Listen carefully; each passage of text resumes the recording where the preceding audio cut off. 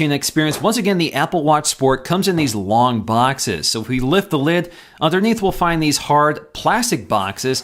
If we move those out of the way below that, we'll find some of the accessories.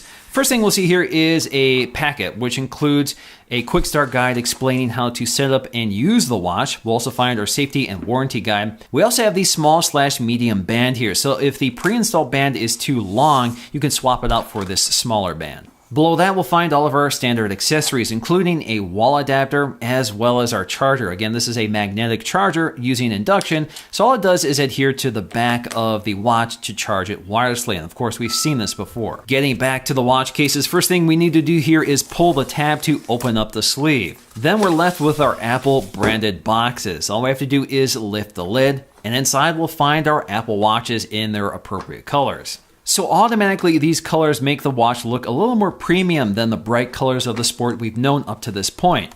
So the band colors are more muted, and certainly gold looks a little more premium than silver or gray. Of course, gold we're all pretty familiar with from the Apple iPad and the iPhone, and it's exactly the same color. But of course, rose gold is a new color, and it is coming first to the iPhone 6s as well as this watch. The rivets on the band are also color matched, and we do have a piece of plastic protecting them. Now, the first thing I want to do here is power up the watches and pair them to my phone so we can start using them. So to pair your watch to the phone, all you have to do is open the Apple Watch app, and you're presented with a sort of digital QR code or more sophisticated version of it on the Apple Watch screen. You use the camera to scan it, and it links up automatically, and you have several options to set it up. In my case, I can just transfer my existing backup of my existing Apple Watch to this watch, and I'm good to go. Now, the design of the Apple Watch Sport hasn't changed at all. It's just a new color. So once again, in this case, I have 42mm watches. So I have a 1.5-inch AMOLED display, which is covered in ION-X reinforced glass, so no sapphire glass like you get with the Apple Watch.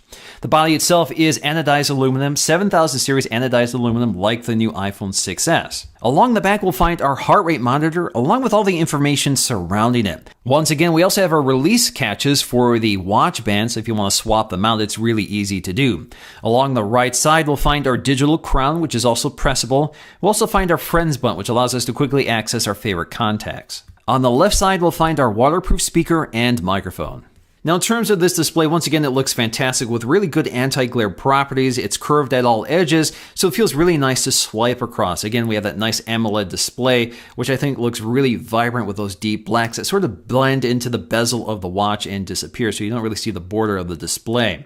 The interface, again, is pretty much identical here. This does not yet have Watch OS 2 at the time of launch, so don't go to your Apple Store and buy one of these expecting them to have Watch OS 2. That's coming later. Once again, we also have these floral elastomer bands, which are now available in a huge variety of colors. I really like them. You just sort of snap them into place and tuck them to find the right size. So the great thing about these colors is that they closely match the Apple Watch Edition. Obviously, we have very different materials here and a very different finish, but the colors do give you a more premium look. I really like the yellow gold. I think it works for most people.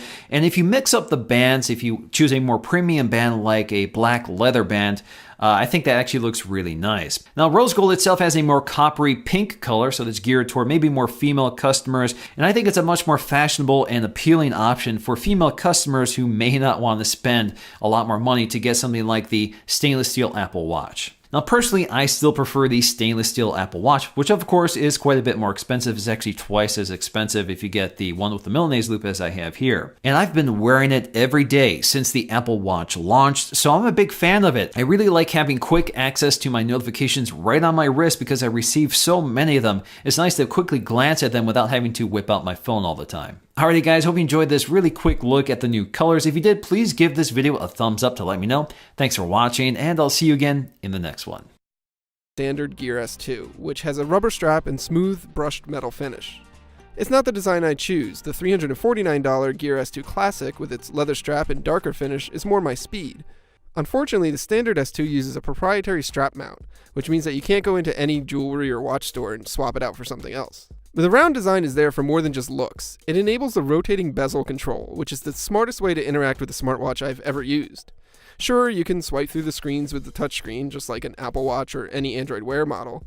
But once you use the bezel to control the watch, you'll wonder why nobody else has done this before. The rotating ring is predictable and reliable, unlike Apple's somewhat confusing digital crown, and it lets me navigate the interface without blocking any of the content with my finger. That great experience is helped by the fast and easy-to-use interface on the S2. Turn the ring to the right from the main watch face and you access widgets of information. Turn it to the left and you see your notifications. Use it to scroll through text when reading a message or a list, and it behaves exactly like you'd expect it to. A button on the side of the watch jumps back one level, while another button takes you back to the main watch face. It's all very simple to understand and use, and I never felt lost or confused. The Gear S2's display is great. It's bright and sharp and easy to read indoors and out. You can turn on an ambient mode to always display the time, but that will have an impact on battery life. I was able to go 2 days between charges with the ambient screen off, but only one with it on. Neither option is great. You'll still be charging it at least every other day, and you shouldn't travel without its charging dock. But at least the Gear S2 doesn't die halfway through the day.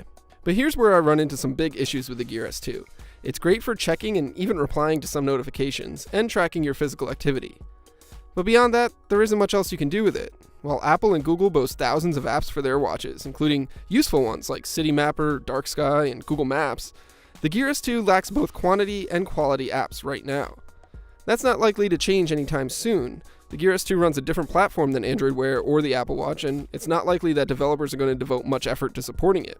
Even some of the apps Samsung demoed at its launch of the S2, such as Uber, aren't available for it yet.